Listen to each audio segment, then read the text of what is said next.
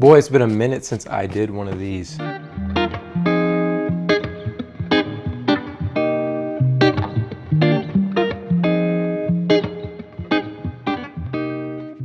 So I just got a new loaner in from Crown & Caliber. This is what I figure most people would call a holy grail watch. We really just need to get right into it, man. I've been loving this. Now, I'm giving you guys an unboxing after the fact. I've actually had it for a while, but just wanted to show you kind of the breakdown of how it goes when it comes to buying like a pre-owned watch. So first and foremost, we have this really nice box.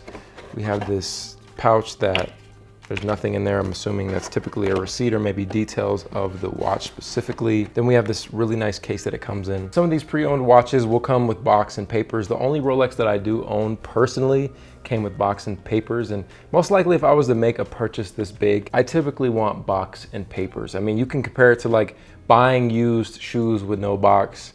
I don't really have interest in that. To me, this is a dope piece, but also a huge investment. Rolexes always typically hold their value and they are essentially an asset. And that's just how I look at most of the stuff that I buy, if you guys see it in my recent videos. But this thing is just immaculate. It's such a beautiful watch. Initially, I was all about white gold, stainless steel, but most recently, especially when I had the Nautilus Patek Philippe, two-tone is just the way to go. And if I were to pick up any other watch besides my Explorer 2 that I have right now, the stainless steel, I would have to go two-tone. It just looks so good with the black dial on top of it. This Daytona specifically has a 40mm case.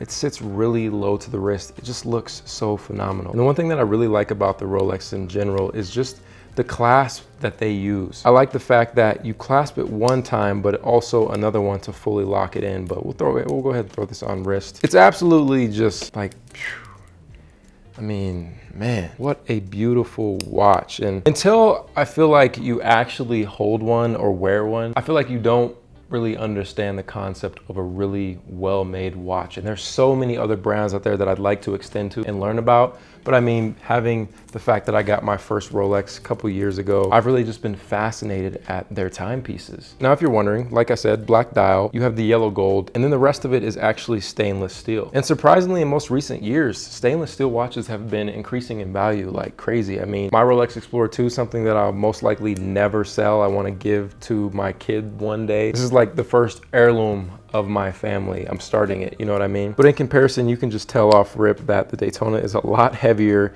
And I mean, it definitely signifies within the price. I think if you're a newbie looking to get into a Rolex specifically, if you're ready, I would start with a stainless steel piece. Now, if you can just go crazy and buy a Daytona off rip, I wouldn't blame you for getting it. If I were to like have a lineup, I would go a Rolex Explorer 2. I would personally go with the earlier model before they increased the casing size. This is a great entry. Then I would say, you know, you can compare this to something like the Just Date. That's a great beginner watch.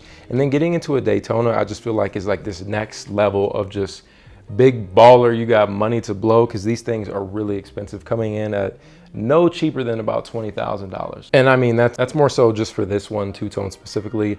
I believe retail on the newest stainless steel model is around like $13,000. So there's a lot of weird entry points, and these watches are really expensive. And I love the fact that I own a personal one, and also I get to try out a bunch of different loaners from Crown & Caliber, because it just kind of gives me a good idea on, you know, why are these pieces so expensive? What is the hype behind them? It's almost like getting to test different cars. I don't need to own that car, but it's nice to, you know, it's nice to drive it a little bit, kind of get some experience and learn something new. But yeah, I don't want to keep you guys too long. I hope you enjoy the review. It's really simple, straight to the point. Like I said, this is a beautiful watch. It sits very slim to the wrist. I will say more people have actually complimented me about this Daytona. Some knowing what it is, some not knowing what it is.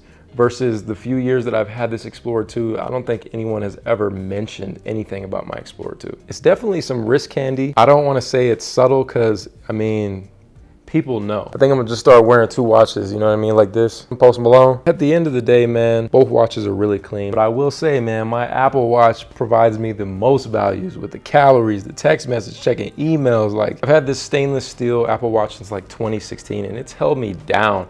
Most recently, I got this fire bracelet from Nomad. I'll put the link down below if anybody's interested in it. But man, this really just made it pop. I really want to get like the newer version with the cellular in it, just so I don't have to carry my phone around anymore. But stainless steel is the way to go. I wasn't a big fan of the aluminum, and I think if I do end up picking up like a Series 7 or whatever else comes out in the future, I don't know if I want to go with like silver stainless steel, because this is the black stainless steel, or maybe even, what is it, like platinum or titanium that they have now. But if it came down to it, man, out of all of these three, if I had to pick one, I'm going with the Apple Watch. These are nice, but that Apple Watch really holds me down. I typically only wear my Explorer when I'm out and about. So let me know which one of the three. Would you rather have an Apple Watch? Would you rather have the Explorer 2? Or would you rather have the Daytona? Hope you guys enjoyed the review. Let me know which watch you'd like to see next on the channel. I'll catch you guys in the next one.